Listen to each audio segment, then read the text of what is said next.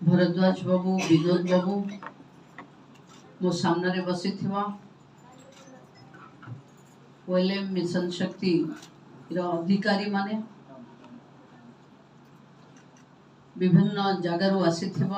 Bank मित्र CRP MBK जीपीएलएफ नेतृगण मोर corporator भूणी माने electronics prints media रो बंधु माने आम साथी सहयोगी जो माने प्रधानमंत्री को ये आह्वान रे मां ना रे गुटे गच्छ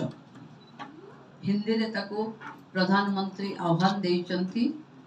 एक पेड़ मां के नाम। आज एक पवित्र दिन आपण माने मते छुट्टी दिन रे आर्थर को भी मिशन शक्ति को मु आसला बेले ईद रो छुट्टी थिला भरद्वाज बाबू आज भी मते सकल जने सांबादिक पचारिले why you prefer holiday to mission Shakti मु कहली मो मिशन शक्ति रो लंबा काम देखि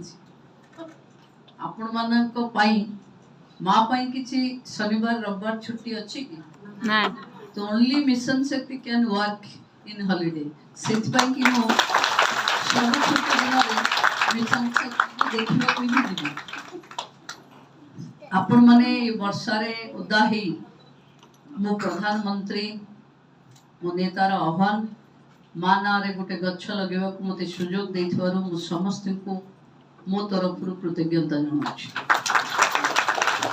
आमी जानिते ये आम डिपार्टमेंट रो काम नुहे ये होची